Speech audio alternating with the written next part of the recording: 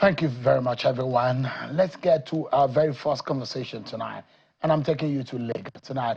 We bring you a conversation in Nigeria's unfolding local government election in Nigeria's commercial capital, Lagos, mounting concern over the upcoming LG elections scheduled for this Saturday. The Lagos State House of Assembly has formally summoned the LASIEC chairperson, Justice Mobolanle Okikiola Ihile, to explain a raft of troubling issues from the rushed and opaque release of election guidelines, which has raised a lot of questions to those stakeholders and to the utilization of ad hoc staff and the deployment of electoral systems, whether beavers or manual. Of course, the Inter-Party Advisory Council, IPAC, is in the representation of all 19 registered political parties has openly criticized the late announcement of July the 12th date for polls across 20 LGAs and 37 LCDAs, demanding clarity on a January-approved amendment to the LASIEC law that expanded its remit to 57 councils. Opposition parties have also raised alarms about LASIEC allegedly impeding their campaigns ahead of Saturday's vote, with constitutional questions pending and voter confidence wavering. Tonight, I'm being joined by the chairperson herself to address some of these legal ambiguities, the procedural gaps, the preparation or the readiness of the commission ahead of this very crucial election. I've covered a lot of this election, local council election in Lagos. Sometimes it's more intense than a general election. I'm being joined by Justice Okikiola Ihile, who is live for us from our office in Lagos. Thank you so much, Madam Chairperson, for joining us tonight.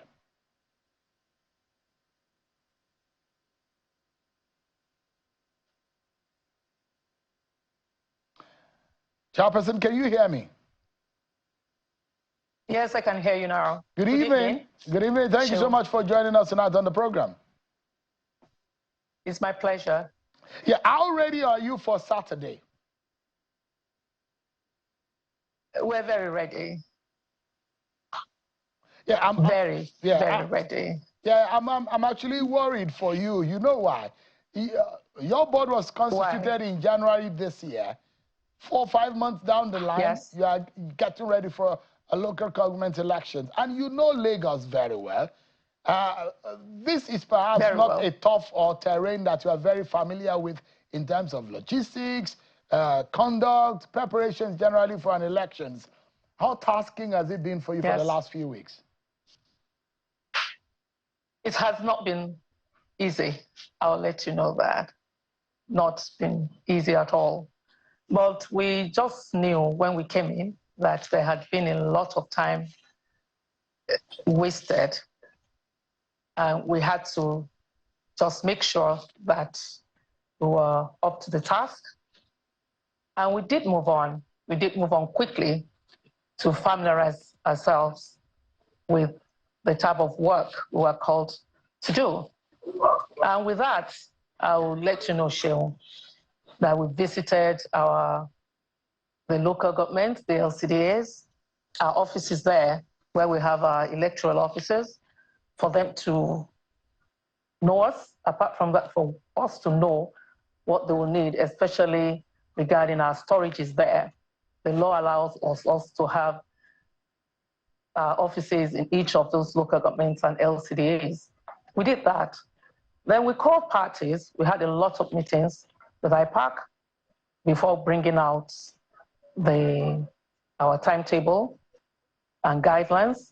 We also visited the security agencies. These are the police, the DSS. We visited the IG as well regarding security. So we went round and we had stakeholders meetings. We called, everybody is a stakeholder. Sincerely, you'll agree with me. But we called stakeholders meeting and we expanded it. The last time they had it in the 3 senatorial districts divisions. This, we had it in 5. That is a Ibile. Big ones where we met stakeholders and we spoke to them to let them know that we're here and it's a year of election. What we know is that the tenure of the present local government chairmen and councillors will end on the 26th day of July 2025, meaning that there cannot be a vacuum, so the election would have to hold. And that was why we took it all in strides, what we were meant to do. And we did that. We met all our EOs. We had lots of trainings. We even had trainings ourselves. And we visited everywhere we were meant to visit. We called everyone we were meant to call, the youths, the PWD, that's people with disabilities, to make sure that everyone is interested. That was the first thing we wanted them to know. Markets, men and women, all the others, the traditional chiefs. And we also had series of voters education. Voter education. We went to University of Lagos. We went all around. This we did in the senatorial districts, meaning around Lagos, the 3 that we had. And of course, we had to go into how to get all our materials. First of all, when we came in, we went to our archives to know what we needed. We identified everything we needed, and that really helped us. We also identified where a lot went wrong. We identified where things were good. We wanted to improve on that. So that also helped us. And let me tell you, we have members of staff here who are almost veterans when you talk of electoral matters. And we made use of each and every one of them. Madam Chairperson, let me ask you a few questions as to how ready you are. And these are very quick questions. One, are you using the beavers to conduct this election as used by INEC? No, not beavers. What, are you're manually conducting this? Well, in between, we have some electronics that we're going to use, and it's in between, and we can also use manual. So what electronic devices are you using? We don't have beavers. What electronic devices are you using? We have some telephones. We have the telephones that we're going to use, and we try them around, and we can see it works. But how come? We didn't have time. Your Honor, Justice. Well, how come the voters seem not to be aware? Stakeholders don't even they're out of the loop about what you're using to conduct this election. We do tell them when we have meetings, when we have the opportunity to meet them. We tell them, we let them know that we have options. We have options because we have gone to the riverine side. That's where we had problems, really, with the gadgets we got prepared to use. We have a bit of problems there at the riverine sector. When you say gadgets, apologies to butt in. When you say gadgets, it's only mobile phones that you have mentioned. What is this? What are you using mobile phone to do? Is it on WhatsApp? You're transmitting the result, or how exactly? It's not transmitting. What we're doing is not for the results. We're not using any electronic anything for the results. We're just to, when they come, just to check them whether they're registered, just for the registration. What application is that? What application are you using to do that?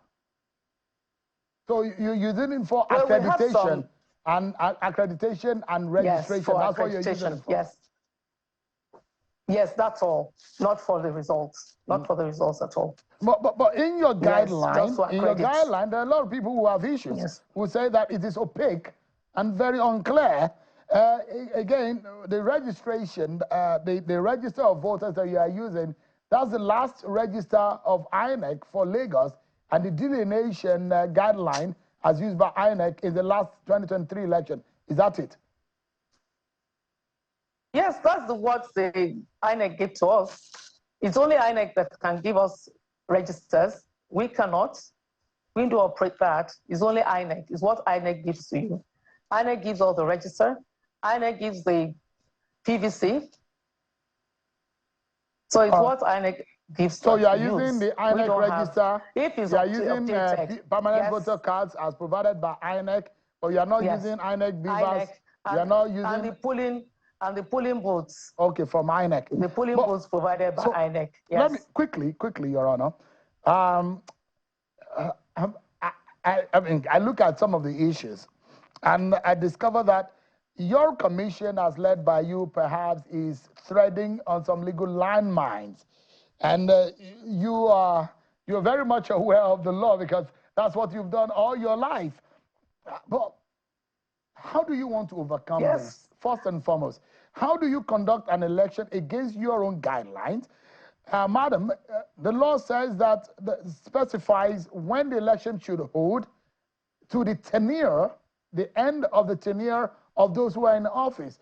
But if you look at the date of the election, which is next Saturday, and the end of the tenure of those who are in office, there is a clear breach by your commission in the date that you have set for the election. Why did you walk into that landmine?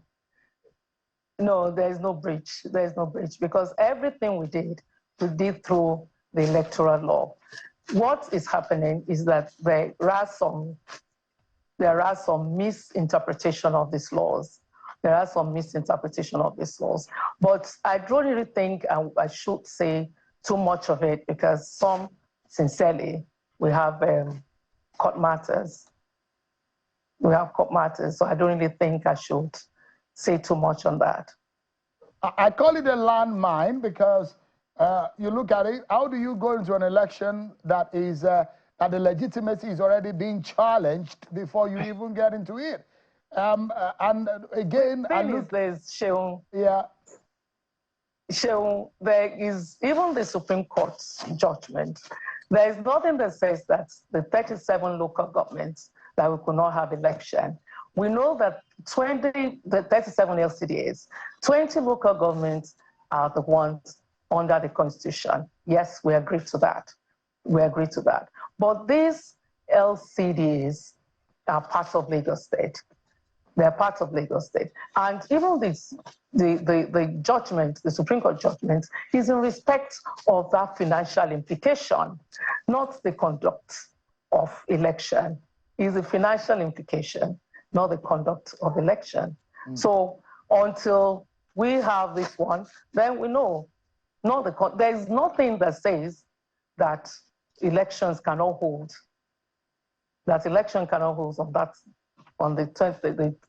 No, but maybe there is LCDAs. But what we've done for a long time is the interpretation of the law and making the public understand the position of the law. Exactly. But clarify for us, because how easy are you going to go into an election when the lot of people will think, as the law prescribed, that 30 days before the expiration of June, mathematically speaking,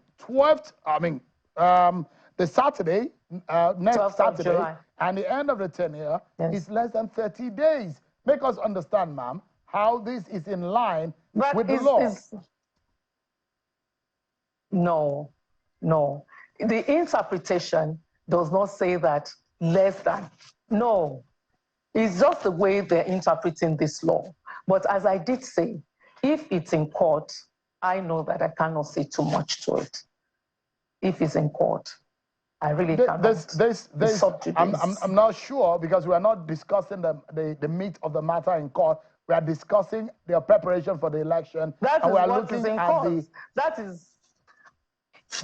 That is what is in court. We have that. It's in court. But nothing has stopped us from conducting this election. No. So again, the question, that there are a few things that has been very difficult and has so cast in iron in our Constitution. One of it is state creation and boundary adjustment. The issue of local government, every local government is captured in the Constitution. Almost difficult for you to even change the letter in any local government. And there are a few other issues that are cast in iron in our Constitution. Give us an understanding how the carving out of the 37 LCDAs and the 20 LGAs by the Constitution of the Federal Republic, there are only 20 LGAs that are recognized by the Constitution. Lagos has 37 LCDAs, making 57. You are conducting elections for 57 LCDAs.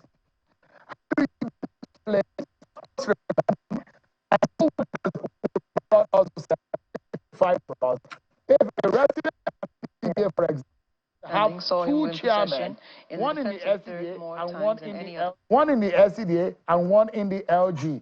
What does this mean legally? Even Lagos State, it's not as if it's been extended. Lagos State geographically has not been extended. It's just the fact that what the extension, sincerely, is the fact that there is a lot of development. That is all. There's a lot of development. And this Supreme Court judgment did not say they did not recognize LCDs. It's not even part of it. What was there was 20 local governments who benefit financially. And nobody is saying no. But these LCDs, they have to also be manned. They have been manned. And how the 20 local governments, they collect the money as 20 local governments. So that is what I'm saying, that the interpretation is very important. There is no law that says 37 LCDs should not survive, or that 37 LCDs that shouldn't definitely be a conduct of election. No. A conduct of election. And just a moment. I also want to repeat. Yeah. I also want to repeat the fact that if something is in court, is sub judice. I shouldn't. Based really on your position, just a moment. Based on your position on the LCDA, and I'm not sure if you are aware of the position of the court in a case between Fuad Oki versus All Progressives Congress and Independent National Electoral Commission. And let me read a portion of the ratio of the judgment of the court. Yes. And it says, yes. Restrained, ma'am, that Lagos State should not conduct election in scheduled congresses or in the local council election areas in other number of local government areas in excess of the 20 constitutionally created and validly recognized local government areas. It also went further to order a perpetual injunction restraining that from approving, supporting, or otherwise recognizing 57 local government areas and local council development areas. This is a judgment of court. I'm not sure you're aware of this, are you? Yes, yes, I am. We have in our laws, that is the mandate of the SEC. In the laws, that's the mandate of the SEC to conduct election in 20 local governments and 37 LCDAs. And mind you, probably you are not aware that there is even an amendment to the law, the LASIEC law in Lagos State 2025. There is nothing that deleted 37 local governments. But what in terms of the hierarchy of the laws now, the position of our court, or the creation of a law of a state assembly? Yes, Sheon, that is what I'm saying, that this particular issue you are discussing is in court. Is in court. So that is why I said I would not want to dwell on it. Let me quick ones. And there are enough is enough as an organization, for example, had written to you and I have copies of their concerns. Stakeholders engagement, political party engagement, voter awareness. They're accusing the commission of very little engagement. And they're claiming a lot of Lagosians don't even know elections are happening. On your website, it is not optimized. The amended law of January, the list of candidates, all are not there. And it is concerned. How do you deal with all of these issues? Because most of them are sincerely not true. We carried along everyone. Someone just commended us at an interview some moments ago that the awareness is enormous. Every BRT vehicle in Lagos State carries a sticker. Every downfall vehicle carries a sticker. Every Marwa, the smaller ones, carries a sticker. And we also have all around the 5 divisions, we have billboards all over. Jingles, interviews, they know. And we've invited stakeholders severally for meetings.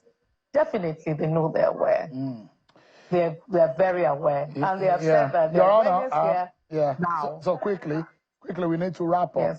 Yes. The court was restraining Labour Party last year from accepting candidate from Labour Party. Is that still the situation? How many political parties have registered for this election? How many are you accepting based on some of the court cases that have been up against this election? They have 15. The court has not restrained anyone. So Labour Party is on the ballot? Yes, because INEC gave us the section. They have about 4 factions in Labour Party. And we approached INEC, and INEC gave us the faction that we should interact with. And that's exactly what LASIEC has done. Which faction is it? Well, I think the one headed by Pastor Dayo Ekong. Right. We have a letter given to us by INEC. So you said you're ready. Yes. But I understand that your ad hoc training started today. Ad hoc training has started, not today, days ago. Not today, days ago. Insider information within your commission we have different says that your ad hoc election staff training started today, and I'm worried. If you say no, not today. Not today. We have different categories. We have different categories of SPO, of polling unit officers, different. No, we have started since days ago. So I'm sure there's no one in this commission that will say that. There's no one in this commission that will say that. I dare to say, my lord, I rest my case like you have always heard in your courtrooms. But thank you so much. I wish you the very best. May your road be rough. That's what they say.